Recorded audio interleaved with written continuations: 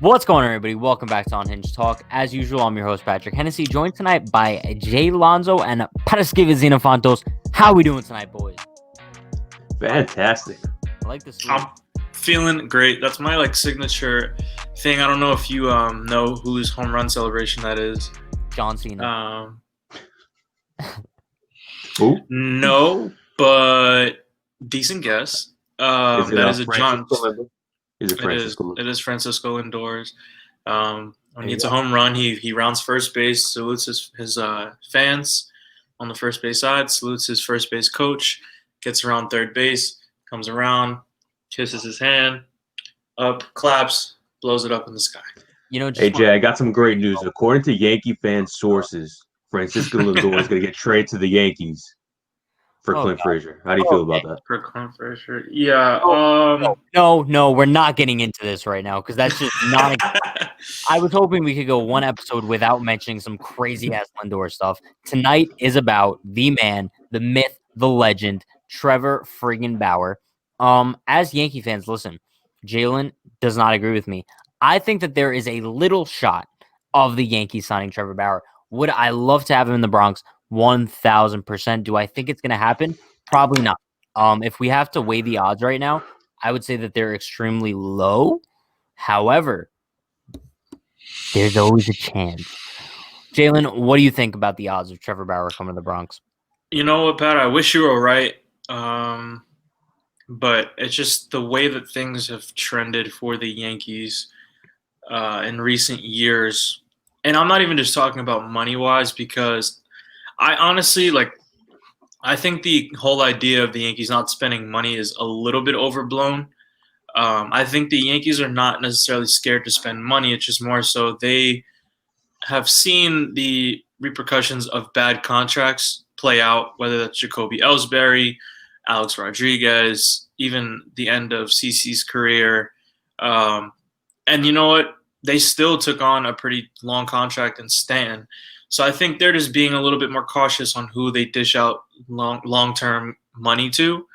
But I think when I say the recent history of the Yankees, I just mean as far as the type of guys they go after. They wined and dined Manny Machado, but I don't think that was ever going to really happen.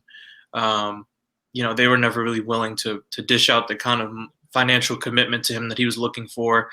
They didn't show any interest in Bryce Harper, another guy who's very play hard, sometimes controversial. Which I was really surprised about. Me too, because I think they were really going to show a little bit of interest. I thought Bryce Harper was more of a fit than Manny Machado was, and I'm a huge fan of Machado. So more than Stanton too, honestly. Absolutely, lefty bat, better in the field, younger. I guess you got Stanton for nothing, I guess you could say. So it was a deal you wouldn't pass up, and he was coming off an MVP year. But I definitely think Bryce Harper, he costs you nothing as far as trade value because you're signing him for just money. But whatever way you want to look at it, the Yankees have just consistently shown us that they're going to stick to these vanilla type guys who are not very controversial. Garrett Cole is fiery sometimes, and he throws fits on the mound when he doesn't want to get taken out, like little stuff that no one really cares about in actuality. But I don't see them looking at a guy like Trevor Bauer and saying, this is a guy we want to commit to, whether short-term or long-term. And the argument could be made that you could give him a year and just give him a bunch of money, give him a year, try to go for it. And then if it doesn't work out, then he leaves and you move on from it. But I just don't see the Yankees doing that. Para, what do you think? I would love to have Trevor Bauer because our rotation is absolutely trash at the moment. So our rotation, no, it's true. Para's getting to it. Other than Garrett Cole, who did we have? Tanaka, no playoff Tanaka was not there. Tanaka's not even on the team. Yeah. Jordan Montgomery only had one good start. You didn't rely on Devi Garcia to make one playoff appearance, only a half an inning. So what honestly do you have going forward for you next year? Your second ace pitcher that you consume, like you basically predict that's going to come back July, there's a good chance he might not come back at all. But having a 1-2 punch of Bauer and Cole combined, it sets the limits for this rotation. But the Yankees, obviously, Well, no, I'm I sorry to think bring. it breaks the limits. It doesn't really set the limits. You know what I Okay, mean? Yeah. I worded that bad, but it's basically the Yankees are, like I said with Cole earlier before we started this. The Yankees just signed Cole and said, "Yeah, this is our guy, and that's going to be going. He's going to be our guy going forward." So does that mean you're not going to sign any more players? Are you not going to do anything in your capability to better this team, better the depth, better the rotation? Like honestly, what's their plan going into this offseason? You know, the way I look at the whole Trevor Bauer situation is I think we all know the Yankees don't. I don't want to speak for them, but I want to say that they don't want his type of personality in this team dealing with the media and whatnot. However, let's say Trevor Bauer was more of a Garrett Cole type of guy. I still don't think they would go after him this offseason regardless. So I think that we are kind of overplaying the Trevor Bauer personality thing because, like I said, even if he was a bland personality, they still wouldn't want him. It's mostly about money with the Yankees. And I think they're going to be looking at it like, damn, we just signed Garrett Cole for over $300 million last offseason, and he's the guy we want anchoring our starting rotation. Trevor Bauer's a number one. We're not going to be paying a number two, number one money, if that makes sense. The only reason I would say that I disagree slightly with it just being about the money is just because Trevor Bauer is a really interesting case in that he might not command a long-term contract. So the weird thing about the Yankees is that if they get under the cap or whatever luxury tax this year, it'll reset. People say that, but the way that their payroll is looking is that they're not going to get under it regardless. So if they're going to be over it, they're going to be over it, whether that's by 5 million, that by 30 million, whatever, however much they're over it. So they're already going to get penalized in that upper echelon bracket of repeat offenders. And I think adding a guy like Trevor Bauer for a 1-year deal or 2-year deal is something that if they looked at Trevor Bauer and said, this guy's not going to cause any stirs in the clubhouse, he's not going to make any bring any negative headlines to us. We're not going to have to answer any questions about him during the season. It's not going to be anything or any rifts between him and our puppet Aaron Boone. I think it's just they want to play it safe the way that it looks. They want to play it safe, and I think they have guys. You can tell by the way their roster is constructed. You even saw a little bit of last year when you do have guys who kind of speak their mind a little bit and show some emotion, how much of the Yankee structure that's already built gets torn down. Like look at when Aaron Boone tried to take out Garrett Cole, when J Happ tried to when Aaron Boone tried to take out J Happ or set an innings limit on J Happ, whatever that whole situation was. Yeah. You see veteran when Luke Voigt calls out the team for playing like the Bad News Bears. Like you see guys starting to call out the nonsense that's going on with the Yankees organization, and they probably want to limit that as much as possible. And Trevor Bauer is definitely not the person that would limit that in any sense of the word. You know, personally, I don't think he's going to be taking a 1-year deal. I definitely think Bauer's going to be getting a long-term deal. I think the whole I'll take a 1-year deal for a lot of money is just smoke and mirrors. I think that's all it is. It's the same thing as like him tweeting at every team and asking them if they're awake. It's all marketing. It's all negotiation tactics on his behalf. And he's doing it really well too. However, whatever his plan is, he's doing it well. We've said this on live. For a sport that has such an issue marketing their own players, Trevor Bauer is probably the only baseball player who knows how to market himself. He doesn't need anyone else to back him. He was on the Cincinnati Reds, and he made himself one of the most prominent players in Major League Baseball. Now, obviously, his performance helped that out a little bit. But even in 2019, when he was with the Indians and the Reds, and he didn't have that good of a season, he still made a name for himself as just being outlandish in any way possible.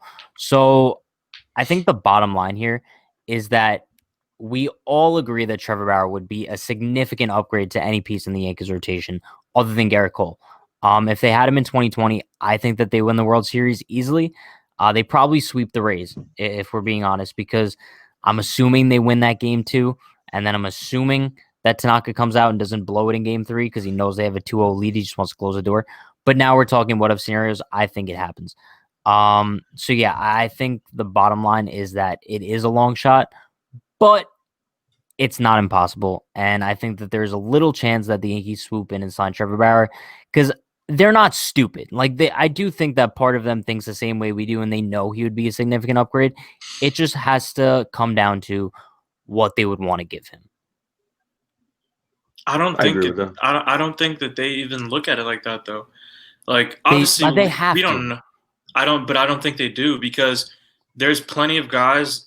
The only reason I don't think that they look at it as like we have to at least entertain signing him is just because they have had plenty of opportunities to get starting pitching that is clear upgrades over whatever they had at the moment, and they chose not to do it. Whether that's in the trade market, whether that's free agency, they just haven't done it. And sure, they might. I don't know if it's true that they took him out for dinner or any of that stuff, but they're gonna meet with him. I'm sure they're gonna be in contact with his agent, just because that's what the Yankees do. They do their due diligence.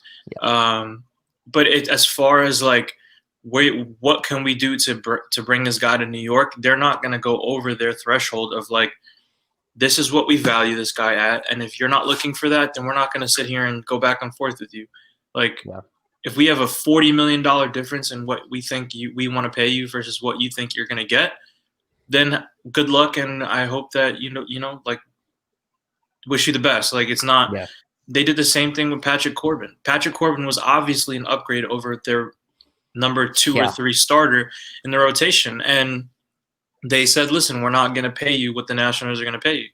And the Nationals came in. They said, "Listen, we'll pay you whatever." I don't even remember what the contract he was that he got, but it wasn't. It was like a $20 million difference between the two. Yeah, but it wasn't some outlandish deal. No, yeah. Like, he didn't get 5 years, $210 million.